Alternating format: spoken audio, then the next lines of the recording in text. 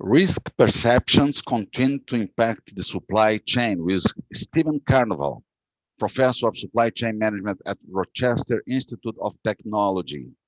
Good morning, Professor Stephen. Good morning. How are you? I'm fine, thank you. And you, I suppose you are going to, the temperature is going to 10 centigrade, but Fahrenheit may be 60.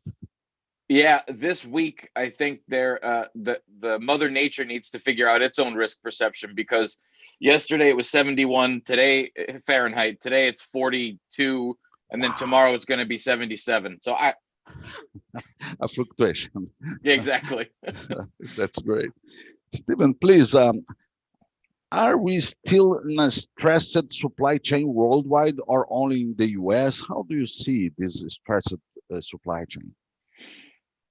Oh boy. Well, yes, I think the global supply chain learned quite a bit from the first early part of the pandemic and the way in which consumers reacted to the news coming out about a pandemic and about the issues, right? So initially what we saw was a lot of panic buying, a lot of people getting really nervous that they might not be able to access goods and supplies and things like that. And so they stockpiled. And of course, what that did was that put pressure on the previous parts of the supply chain, right? So retailer to distributor to manufacturer and so on. Now, I think you have something a little bit different going on. I think you're starting to see a buildup in inventory and a buildup in capacity for the holiday season.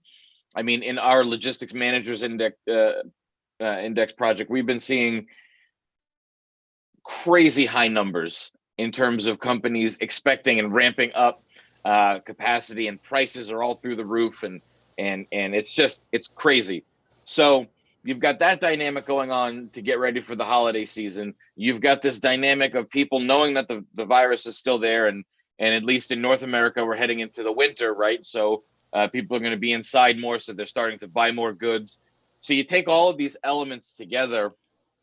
I think the benefit that we've got is that the early part of the pandemic was kind of a stress test, and we exposed certain degree of vulnerability in different parts of the supply chain.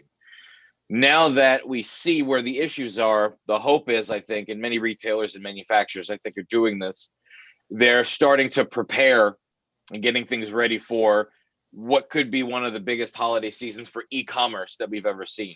I mean, I've seen reports indicating there are going to be more packages shipped this holiday season than we've ever seen in history.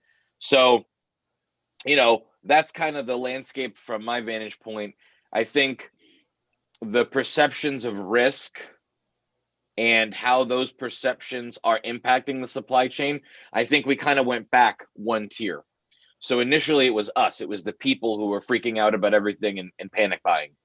Now, based on that, you've got retailers and you've got distributors and wholesalers and manufacturers. They're looking, and their risk perception is impacting what the supply chain is going to look like moving forward, because they're either building up safety stock if it's possible, they're increasing capacity if that's possible.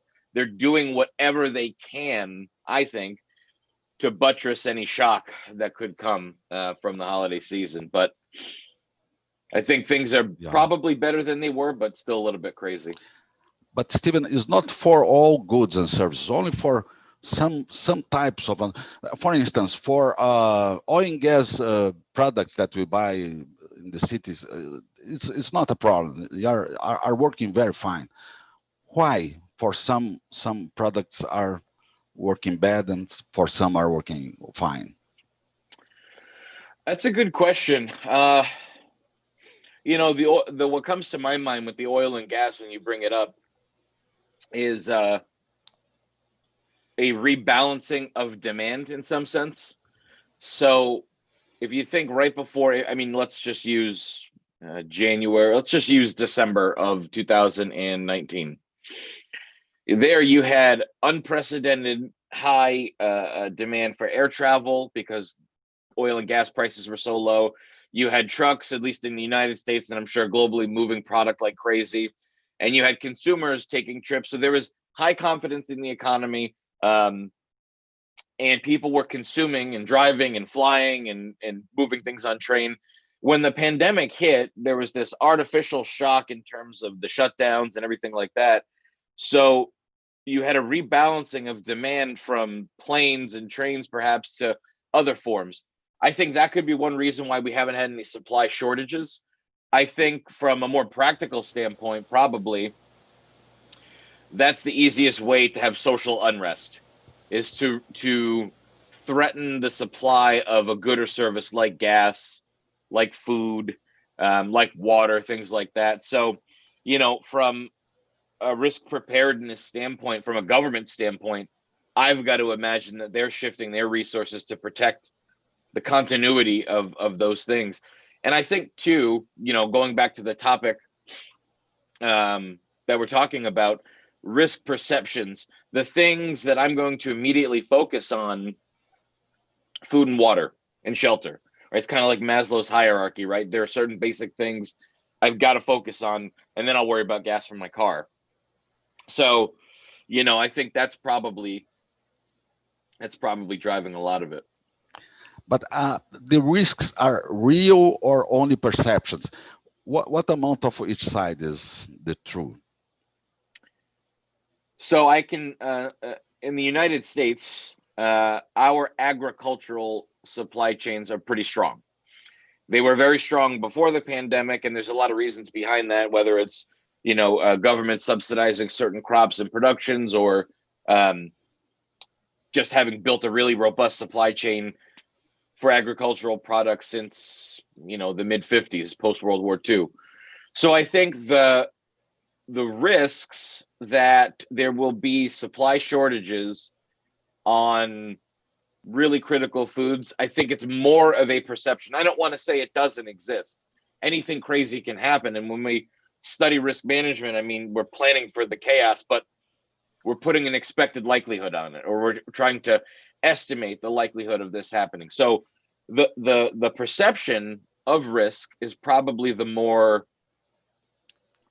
dangerous part of this whole thing, because then you bring in human psychology into the mix. So there's a phenomenon called contagion, and it's basically in the mid 90s. I don't know. I think this was a global phenomenon. I know it was crazy in the US. You remember those Furby little plastic Furby dolls? Yeah. So they were really terrifying, if you ask me, because there was like the first AI, and they blinked and they walked around. For whatever reason, these Furbies, they retailed for $19 or $20 MSRP, right? Something happened where people started freaking out, and they said, I've got to have a Furby. I've got to have a Furby.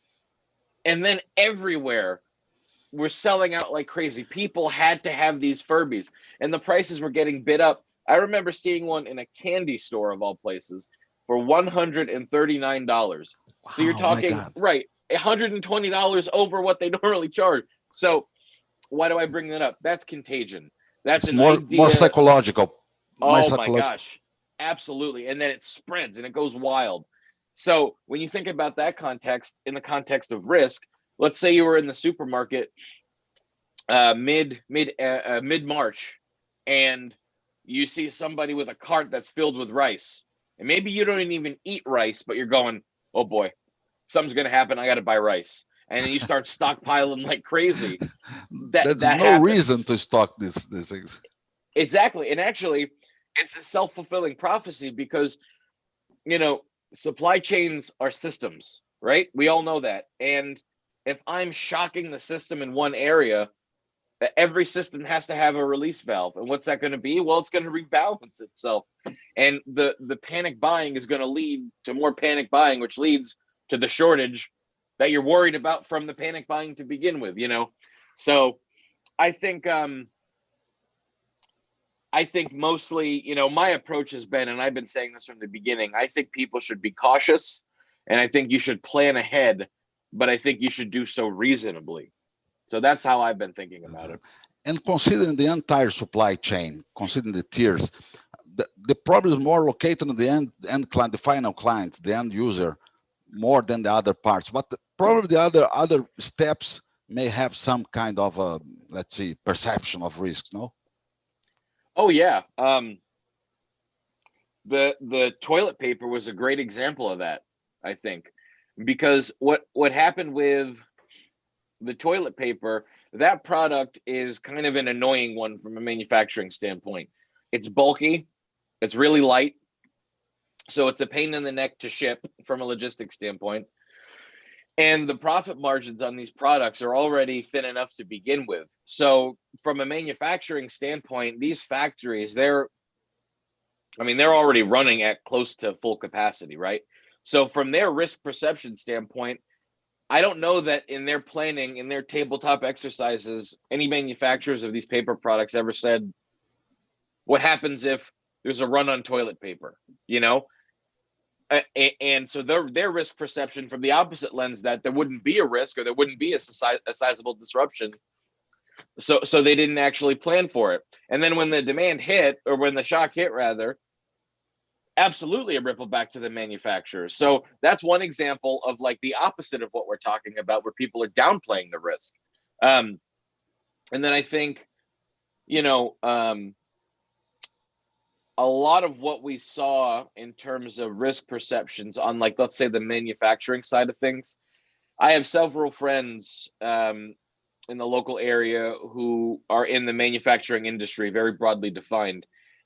The biggest challenge that they've expressed to me since COVID has been the readjusting of how the process is, right? So if you have a manufacturing line where people are elbow to elbow, and now you've got to space them out 6 feet apart, that changes the process. So here it's like it's the question of decision making and risk. I'm stepping back and I'm saying, which products are considered essential that I need to take the gamble and grouping people together, or retailers thinking, okay, we had this crazy shock. People were buying everything they could get their hands on. Now we're having winter come again. We're approaching the 1-year anniversary, so to speak. Their risk perception is, I don't want to have the shortages, and I don't want to have it, So I think the answer, the short answer is yes. Depending on where you go, there's going to be a perception of risk, and it's going to change the behavior. But I think the outlook is going to be very different depending on what tier, Yeah. And is there something related to the origin of these products? I mean, is made in China, is something that affects this perception? It affects the reality, I think, to a certain degree. When you think about a lot of the stuff that we teach, when we talk about lean and we talk about thinning out inventories and lot sizes of one and all this kind of stuff, in theory, that's great, because what we're doing is we are reducing the risk of loss when it comes to either a disruption or not selling a product, right? That's basically what we're saying. And we're optimizing warehouse space and cost and things like that. But inventory can serve as a strategic tool, as we saw with those retailers who had sufficient stock to be able to continue to service the demand. Now, in my opinion, thinking about products being sourced globally,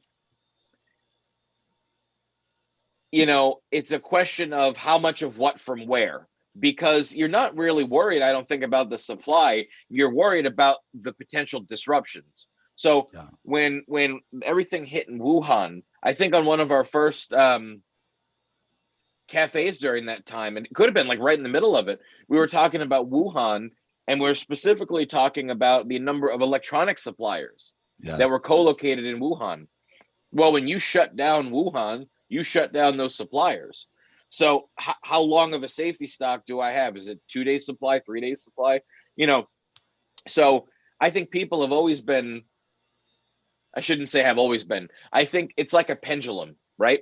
We go back and forth from, single source, one country, to Yeah, spreading out the eggs over multiple baskets, and that's right. we'll probably go back, right? Yeah, this is a very good point. And reshoring, there are some initiatives in reshoring, specifically for the United States, is very strong nowadays. And do you think that can, let's see, make some kind of affect the supply chain worldwide and specifically for the U.S.? Yeah, my my gut tells me that I don't know that reshoring in the sense of like, I've got this is a company that was started in Brazil who's now producing in China. It's going to bring everything back to Brazil. I don't know if that explicitly is going to happen. What I think might happen, especially when you see the landscape of global trade deals, I think you're going to probably see a push towards more regional supply chains. So in North America, for example, in North America, we've got the newly negotiated NAFTA, so the USMCA. Well, that gives us 3 countries with a lot of production power to be able to work with. So if I'm thinking about it from the standpoint of, I saw what happened with COVID in my manufacturing base in China. I also can look at it and say, well, I could keep that there and risk this again, or maybe I can look at Mexico. Similar cost of labor, probably slightly higher, but logistics costs I save on. So I think those decisions will probably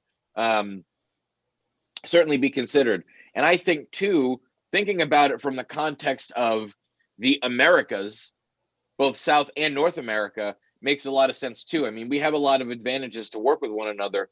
I think we're on this similar time zone, maybe 1 hour ahead rather than 12 hours ahead, right? So that helps. And I think it's an unexplored market. I think a lot of companies are going to be looking toward the continent of Africa and a lot of places in South America to start, asking the question, is this an area we can start producing and sourcing from? So yeah, I think that's reshoring. It was starting to become a hot topic right around the Yeah. 2016 election. I think it'll become a very hot topic moving forward.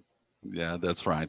But comparing Hormuz Channel, Iraq region for oil, let's see, logistics of oil, and comparing to China seas, the south part of the China seas, and the presence of U.S. People there with some ships, and the perception of a war or a threat of a war may be something that affects this perception of risks too for supply chain, because goods and services come from this part of the world. Yeah, that's a good question. Probably the easiest way to generalize it would be to think about it the way that risk management is typically thought of, right? I mean, risks are grouped into different buckets. So that would be like a geopolitical risk that we could think about. The question is, what's the likelihood of this particular geopolitical risk occurring?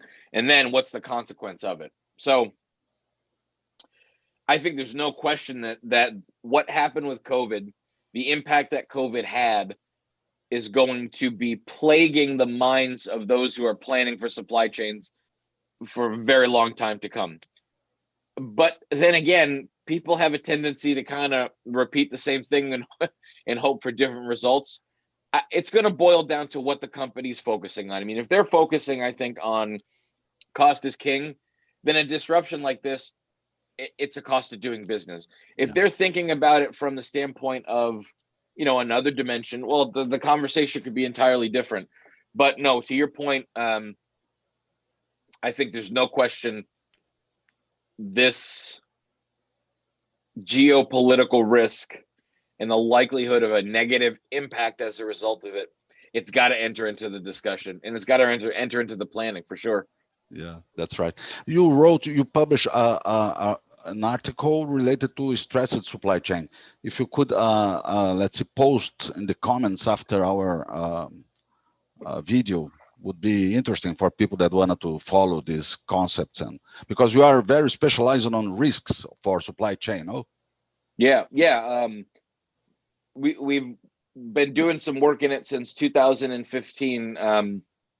And the thing that we focus on, and thank you for the plug, the thing that we focus on is it's not just about a risk happening and, you know, trying to figure out the impact. That's obviously important. But really what we end up focusing on and what we try to study is how the risk spreads. And that's the real important part of the planning. Because telling you or telling a CEO, you know, you might have a risk if you outsource to China. Okay. Thank you for telling me something I know. But if we can analyze the network and say, if you locate here and then this happens, the likelihood of all of these other downstream risks occurring, you can establish a probability. That becomes something that's useful. And so, yeah, we look at things like that. And we also look at this new area of risk, which is intentional risk. People being, let's say, deceptive with other companies on the supply chain, intentionally disrupting my competitors, you know. So it's a whole crazy new world, especially with the internet and the Internet of Things. It's wild. Yeah. Using social media for that and propagation of the bad news.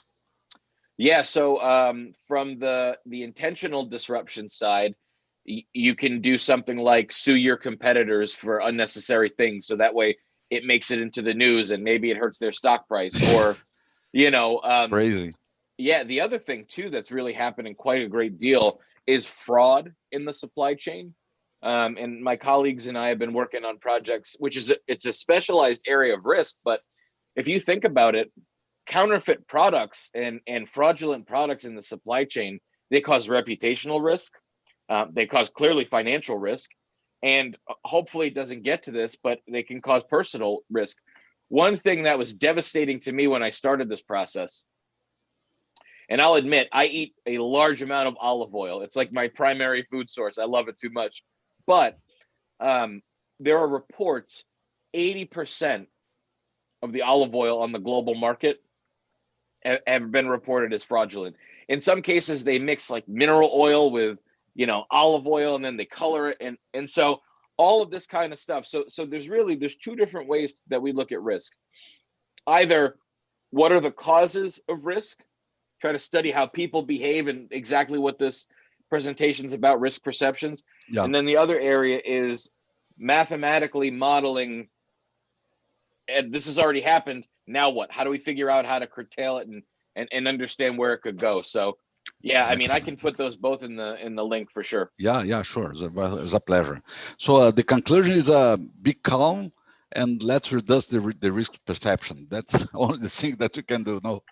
Yeah, I think it's like anything else where, you know, you've got, my mom always used to say, you've got the surgical side of your brain, and then you've got the emotional side of your brain. Oh yeah. The surgical side of your brain knows everything's going to be okay if we prepare and if we act calmly. Yeah. The emotional side of your brain saying, I need every bag of rice I can find.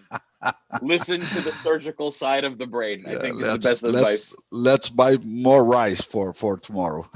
Yeah. I'll send me your address. I'll send you some rice. I've got a lot. It was a pleasure to have Professor Steven with us today. Thank you very much. Appreciate this communication, this conversation. Thank you, Absolutely. Steven. Thank you for having me. Thank you. Have a good day. Good day for all. Yep. Bye-bye.